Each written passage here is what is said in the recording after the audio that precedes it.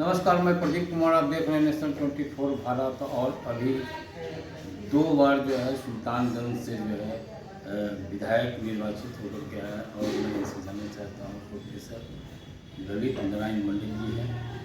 और जो वर्तमान जो ये मुख्यमंत्री जो है कि शपथ लेने की बात हो रही है और उनको जो नेता चुना गया है, इसके विषय में अभी प्रोफेसर ललित नारायण मंडल जी, सबसे पहले आपकी जीत की बधाई। सबसे पहले धन्यवाद आपको और आपको भी बधाई।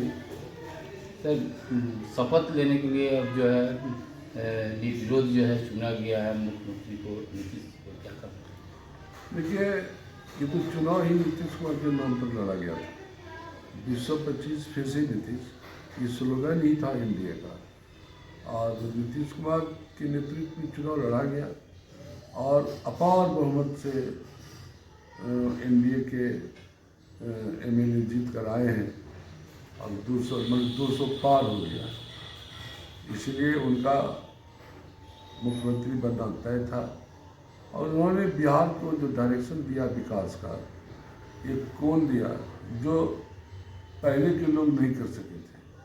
इसलिए एनडीए के पांचों दल एक स्वर में प्रस्ताव और समर्थन देते हुए ये तय कर लिया कि हमारा फिर मुख्यमंत्री 2025 से 2030 तक विकास पुरुष नीतीश कुमार जी।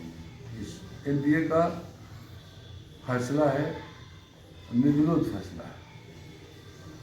इसलिए हम पूरे एनडीए को और बिहार की जनता को भी हम धन्यवाद देते हैं कि आपने बहुत अच्छा चुनाव किया है और नीतीश कुमार को फिर से मुख्यमंत्री बनाने का काम किया है। विपक्ष तो आरोप लगा रहा था सर बार बार कि जो है इस बार जो है मुख्यमंत्री नीतीश कुमार नहीं रहेंगे, तो भाजपा के मैंने मुख्यमंत्री रहेंगे। क्या जो है विपक्ष का जो है सारी बातें जो झुठला दिया गया है? और फिर देखिए, विपक्ष का टारगेट था कि एनडीए में फूट करा दिया जाए। खासकर जदयू और भाजपा में जो मुख्य दल है इनका, इनमें फूट करा दिया जाए कि जिससे कि बूथ पर इसका प्रभाव पड़ जाए, वोटिंग पर इसका प्रभाव पड़ जाए। लेकिन एनडीए के सभी नेता, सभी कार्यकर्ता इस बात को समझ रहे थे कि ये राजद और कांग्रेस का ये एक चुनावी स्ट्रेटजी है इनका। वो एनडीए में फूट डालना चाहता है। एनडीए में कहीं फूट नहीं हुआ और 200 पार सीट हम लोग निकाले हैं। एक ऐतिहासिक ये बहुमत मिला है हमको, इसलिए इसमें कहीं दो राय नहीं था। और विरोध व विपक्ष का केवल एक चुनावी स्टंट था और वो चारों काम निश्चित हो गए और नीतीश कुमार फिर से मुख्यमंत्री चुन लिए हैं।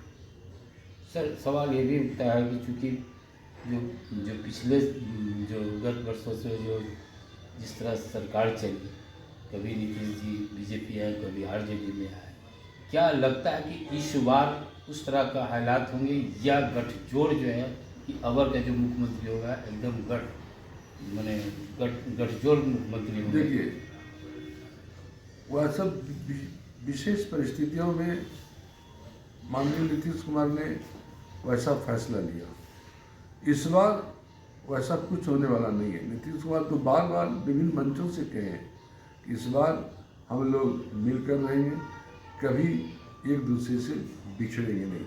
नीतीश कुमार कई बार कई मंच से उन्होंने बताया है। इसलिए एनडीए इस बार अटूट है और 5 साल तक नीतीश कुमार निर्विरोध मुख्यमंत्री की तरह काम करेंगे और विकास पुरुष की तरह काम करेंगे और बिहार को एक विकसित राज्य का औकात में लाने का काम करेंगे।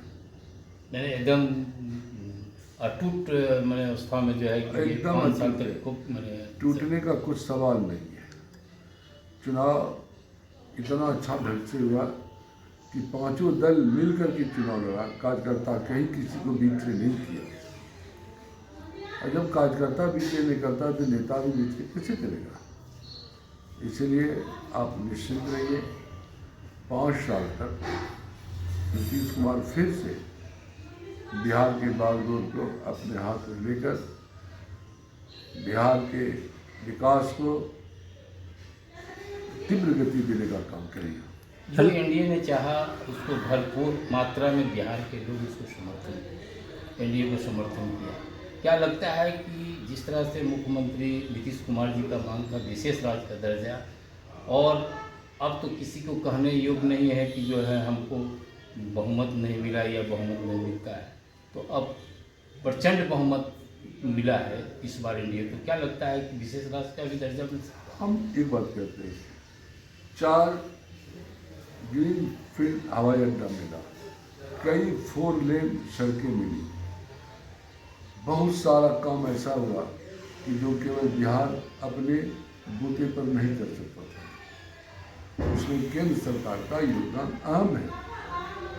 तो विशेष राज्य का दर्जा नहीं मिला ये बात आप कह सकते हैं, लेकिन विशेष पैकेज जरूर मिला और आगे भी विशेष राज्य की दर्जा से ज़्यादा मिलने की बात रखी है। जब तक नहीं मिलेगा तो बिहार और कैसे विकसित होगा, इसलिए आप निश्चित रहिए विशेष राज्य की दर्जा से ज़्यादा बिहार को मिलने वाला है और बिहार बहुत ज़्यादा विकास करेगा। इस बार की जो सरकार बनेगी इसका रफ्तार क्या होगा बिहार में, जो किस तरह का रफ्तार से काम होगा कि जो भी बचा कुचा जो काम है बिहार में हमने कहा कि 4 ग्रीन फील्ड हवाई अड्डा नीतीश कुमार को दिया गया है, मेट्रो दिया गया है।